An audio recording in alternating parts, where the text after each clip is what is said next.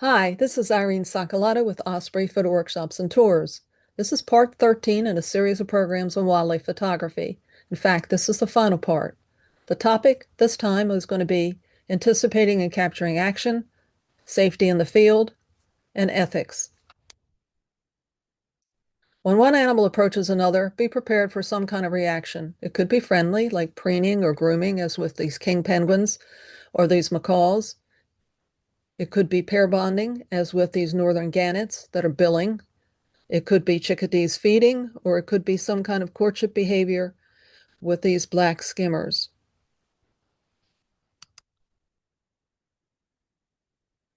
Often the behavior is aggressive, some kind of territorial dispute. Use fast shutter speeds, continuous autofocus, high number of frames per second, and a long burst of shots to capture the action.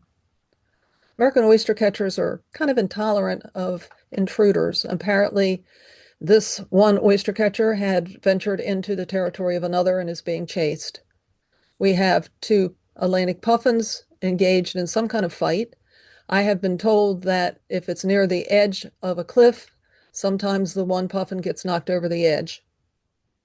We have two uh, hummingbirds that are encountering each other and showing some territorial uh, reaction. And then we have the terns at the bottom, which I have no idea what they're doing. It doesn't look like courtship. It's nothing to do with territory. There are no nest nearby. It's doing their migration. So I'm not really sure, but it looks like some kind of wrestling contest. In West Virginia, I enjoyed watching the activity of a bachelor herd of deer. In the one case, the one deer is licking the other. It may have something to do with pair bonding of the group, this bachelor herd of white-tailed deer. It could have something to do with cleaning and taking care of maybe some parasites on the other. One of the things I noticed was some of the deer became curious and they came forward. As long as you're behaving in a non-threatening fashion, they'll check you out. If you watch birds, you can also anticipate where they're heading, like a cliff edge, a perch of some sort. Lock focus on the subject as it approaches. Follow the movement. Take a burst of shots as it approaches its target. For instance, this little puffin here on the left side is landing on a cliff edge. The little blue heron is landing on a post. The lower puffin may or may not be able to land, considering all those other guys are sitting there on the edge where it might want to land. And the belted kingfisher is heading for that post. Some species have characteristic postures before acting. These characteristic postures could be like with these sandhill cranes. They're leaning forward. Usually when they do that, they're getting ready to fly. When a bird bends its knees, it kind of leans forward. It's like on a branch. In this case, it's on a rock. It's probably getting ready to take off, and it's pretty obvious here with this puffin. His wings are up, and he's going to fly. When you see a swan approaching a group of swans and his neck is outstretched and he's moving fairly rapidly, there may be an attack, and that's something to watch for. And with the red fox there, he's crouching. His eyes are intent on something. His paw is up. I suspect he's going to chase something. I want to be ready.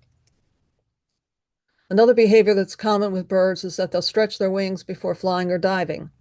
In the case of the belted kingfisher, he's getting ready to dive. In the case of the hawk, and even sometimes bald eagles, they'll defecate besides stretching their wing before they take off.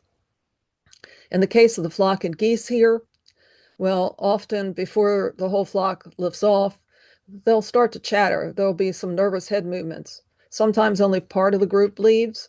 Sometimes the whole group leaves and you want to be ready for it. And sometimes they all just settle down and do nothing. In the case of the rabbit or the hare, he's obviously seen something he's not happy with. His ears are up, his back is arched, and you can expect some kind of reaction to whatever predator's around. Birds often flap their wings or fluff their feathers after preening to get rid of the loose ones. That's the case with the godwit, that's the case with the turkey.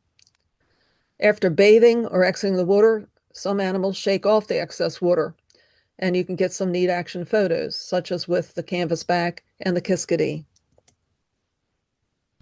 want to talk a little bit about ethical behavior. Your aim is to celebrate wildlife, not to endanger it.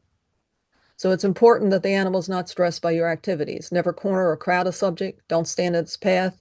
I accidentally ended up at the end of a trail where there was an elk approaching. I was smart enough to move behind some trees and let him go by, but he put his antlers into one of the trees first before he left. Stop your behavior if the animal seems uncomfortable with your presence. If he quits his current activity like eating, wait, act disinterested. Wait until he resumes his activity again.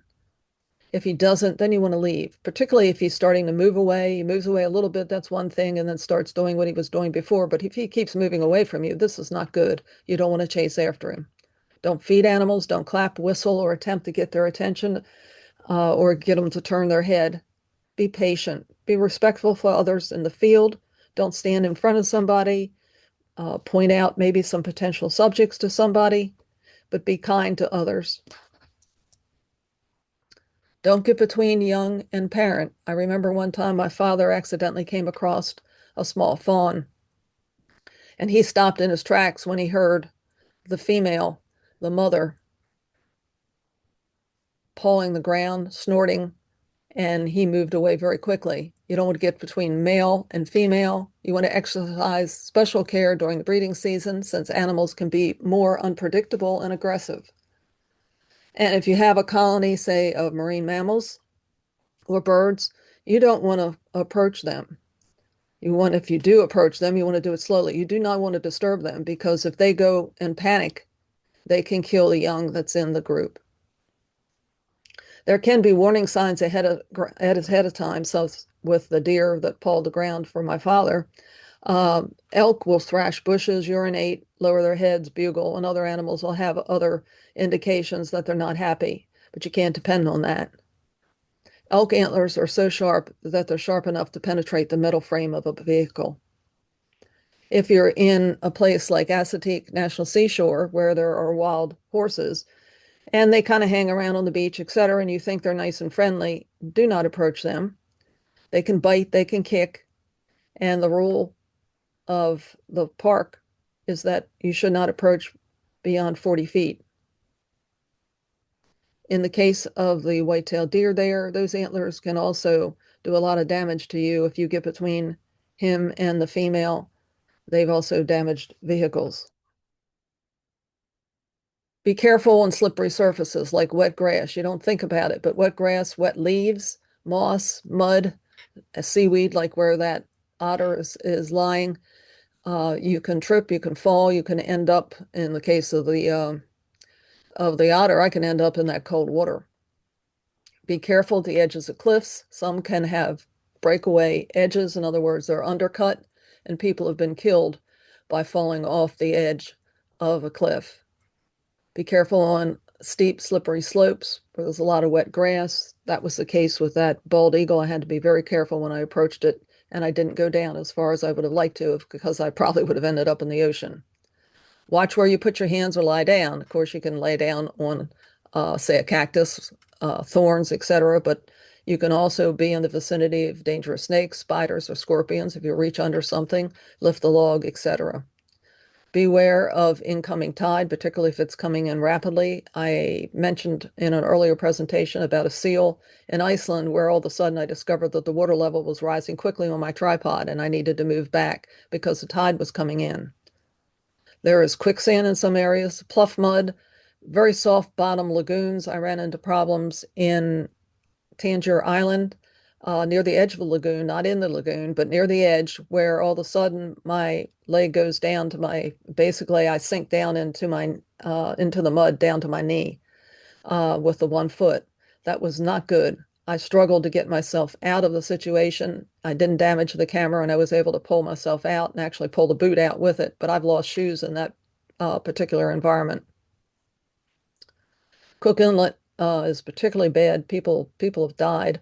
I was with a group of researchers, and one of the fellows was going down one of the distributaries, one of the little arms of the Cook Inlet to get a sample of the sediment. And he started to sink, and he sunk down to his knees. He was a big guy, and we had to throw him a rope and get him out.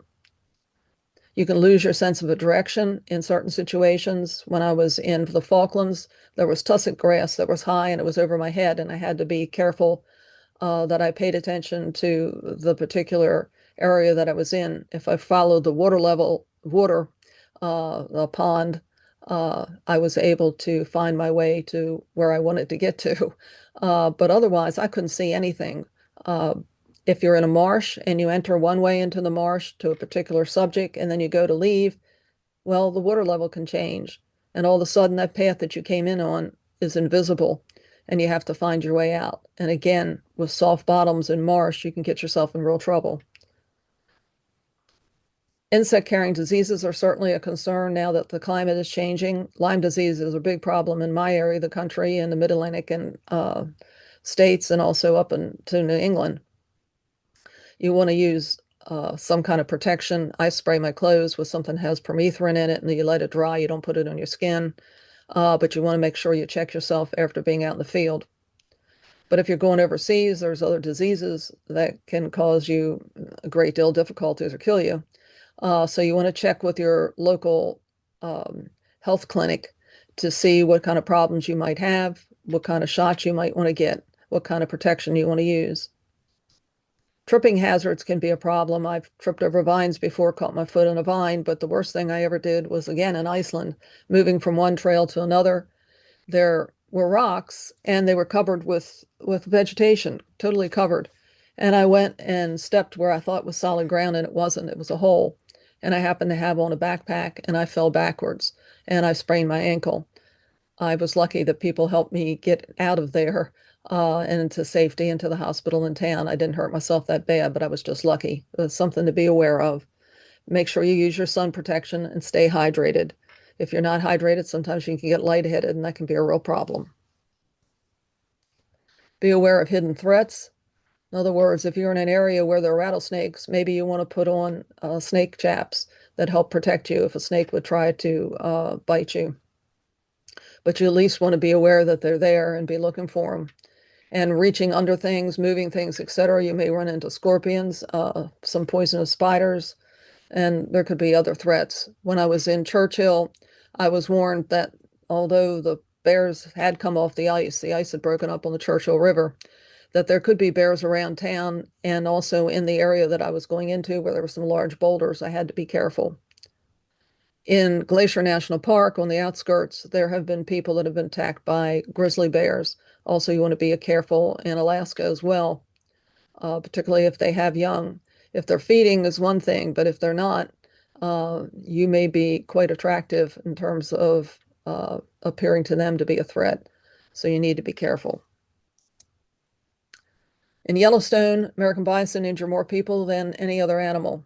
Despite their appearance, and they do look rather sluggish, they can easily outrun a human. Use telephoto lenses when you're in the vicinity of dangerous animals. You don't want to use a wide-angle lens and try to approach as closely as possible. You want to protect yourself. Just because an animal is in a national park does not mean they're tame. And there's also rules in the park that you need to obey in terms of approaching an animal in that park. If tourists are crowding an animal, do not join them. People get hurt every year because they do that. Encourage others to back away. And my final thoughts, don't get discouraged. Remember that even the best photographers are going to discard many images, particularly now with newer cameras that are capable of firing shots at a high number of frames per second. And be selective in what you keep, or you'll be keeping thousands upon thousands of images that you'll probably never do anything with. With wildlife, well, you can't control them. You can't control the environment.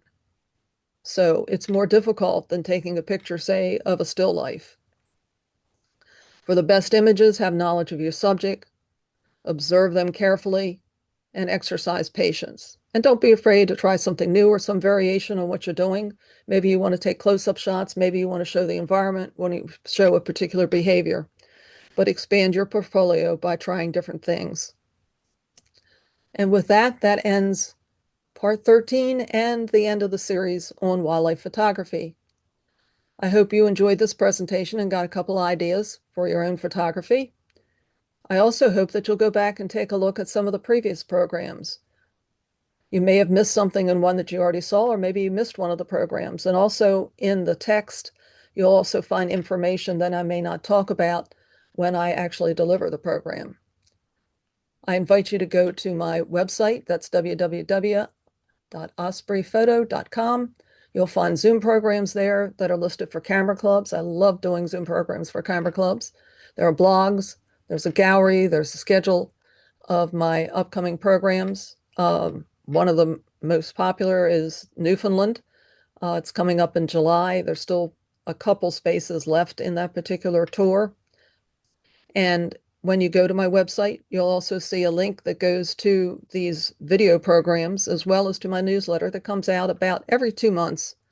And it has some photo tips, some information on locations, and also my updated schedule of photo workshops and tours.